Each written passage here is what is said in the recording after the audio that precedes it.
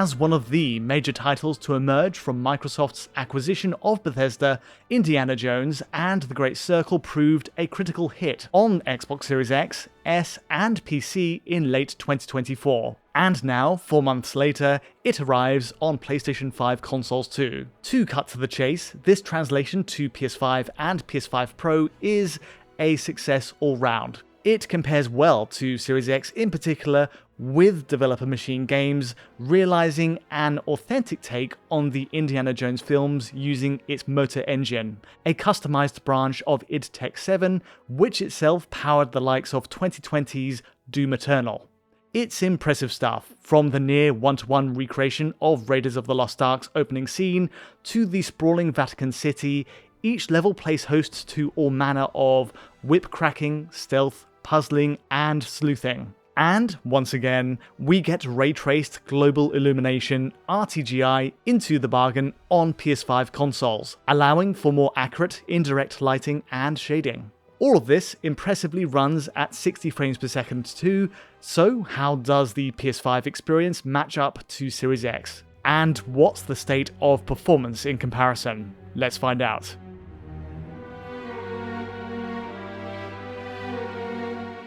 A few points to start. The Great Circle on PS5 has parity feature-wise with the Series X release, though it's worth noting that it adds adaptive trigger support on its DualSense controller for pulling the trigger on guns and also melee. Beyond that, the visual setup is remarkably straightforward. MachineGames optimizes PS5 purely around a 60 FPS experience, with RTGI as the de facto means of lighting its environments. There is no graphics mode toggle, nor any alternative 30 FPS option pushing higher fidelity settings, but the upshot is that we do get a broadly polished single means of playing the game. To the comparisons, and I've captured PS5 and PS5 Pro on the game's latest update, 1.03 as of recording, and fresh capture of Series X's most current build. It's also worth noting that I'm using the standard 16:9 aspect ratio view on all systems. So, in a three-way split, there are a mixture of fortunes here, but the positive first. In terms of most core visual settings, all three platforms are exactly matched. Texture quality, shadow resolution, and world detail draw across the forest all run at the same settings between PS5, PS5 Pro, and Series X. Likewise, the quality of the RTGI, which on Series X runs at lower than PC's low settings, also translates to both PS5 machines. In effect, this setting limits the objects within the scene affected by the ray-traced diffuse lighting pass. It's a trade-off to hit that 60 FPS target on console while also keeping RTGI in place, but the result is still impressive overall. Otherwise, volumetric lighting quality is also matched between base PS5 and Series X, though it appears we get a higher setting on PS5 Pro here. The net benefit being that there's marginally less aliasing along the streaks of light spilling through the college windows, though it does fall short of PC's best volumetric setting.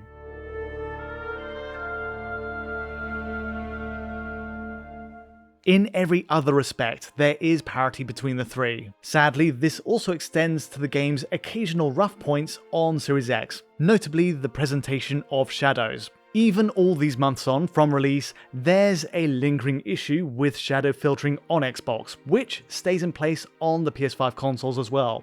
In short, shadow maps across the floors and walls will abruptly step up in detail based on your proximity to it, and this update occurs in set meter-length increments to make matters more obvious. It's a shame that shadow filtering is such a distraction, and it's really the only blemish on what's otherwise a well-presented package visually. There is also a small discrepancy in brightness on Series X worth touching on, owing to its default setting being 5 clicks higher than PS5 by default, but really that's the full extent of the difference there.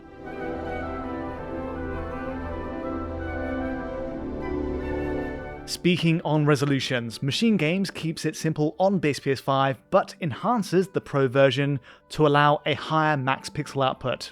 Dynamic resolution scaling is in play with PS5 and Series X, each running at a 1200p to 1800p range, while PS5 Pro adjusts between a higher 1440p lower bounds rising to 4K at peak. All use idtech's TAA method to clean up visual noise, with the only side effect being the presence of occasional banding on movement across busy points within the frame, like fine stitching on clothing. It's also worth stressing that these DRS ranges don't tell the whole story in terms of image quality. As raw metrics, they only point to the extreme best and worst cases, but the average, practical resolution tends to rest in between those values. For example, focusing on PS5 and Series X, which share the same 1200 to 1800p range, it's clear that Series X often runs at a higher resolution on average. In almost every scenario, Series X renders more pixels per frame, resulting in a sharper resolve, especially visible while zooming into the dense jungle detail of the first level.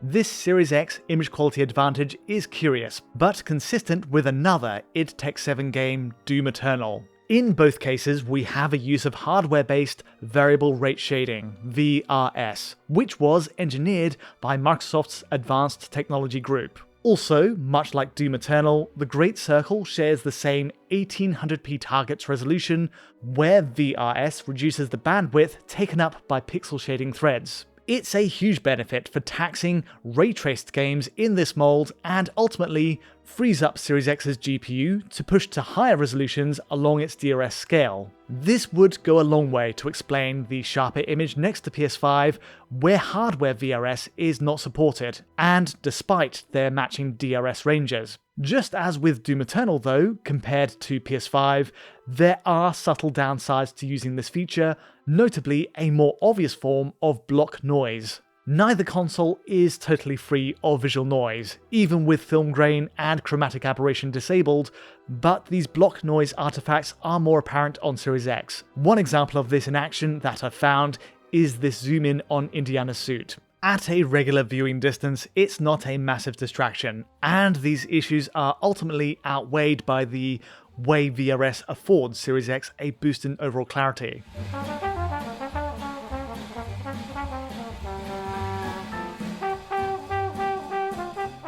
The PS5 Pro enhancement is worth touching on too. While hardware-based VRS is in theory a feature on PS5 Pro, it appears the rendering setup in the Great Circle is no different to the base console.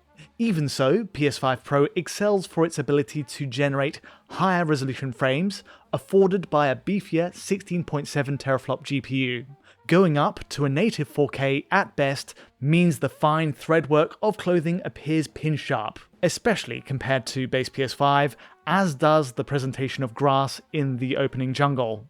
PS5 Pro pushes the cleanest image of the trio here, even if benefits in settings outside of this are rather limited. Jumping to performance testing next, the Great Circle benefits from strong optimization on PS5 and PS5 Pro alike for any regular gameplay.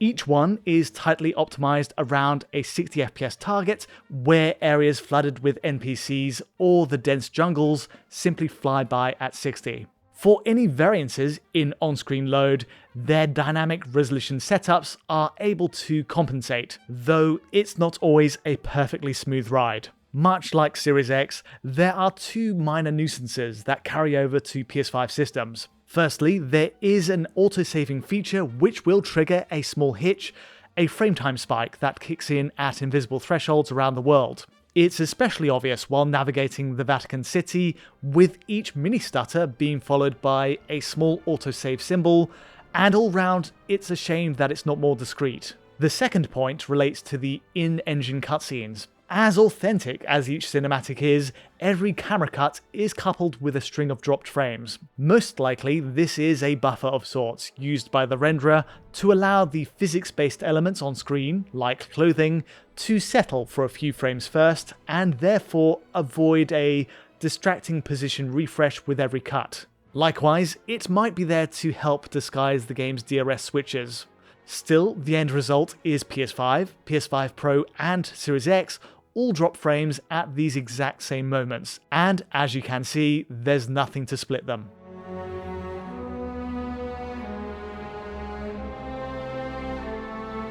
With all that being said, there is one repeatable drop during an in-engine scene later in the crypts of the Vatican.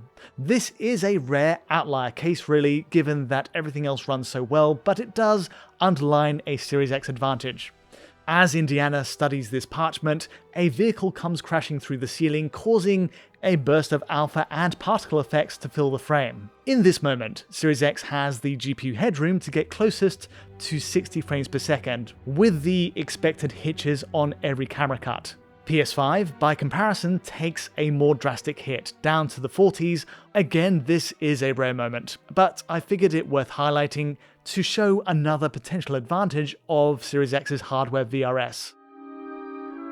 Indiana Jones and the Great Circle makes a successful leap onto PS5 platforms, and despite its delayed release, everything we loved about the Xbox experience is intact. In comparison, the Series X is a preference over the base PS5, given the often higher average resolution on Xbox, but the margin isn't wide enough to be a deal breaker. PS5 owners still get a superb take on MachineGames' latest work here. In every other respect, the two are matched, right down to the consistency of their 60 FPS readings in gameplay, and of course the use of RTGI.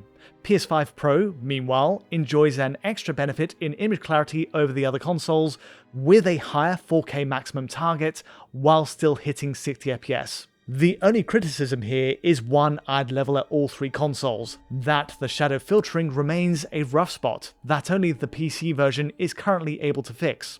Beyond that, it's a well-recommended release on PS5 if you're sticking with console. But that's all from me today. If you did find this video useful or insightful in any way, feel free to like or subscribe, and don't forget to hit that bell for instant notifications as any new video lands.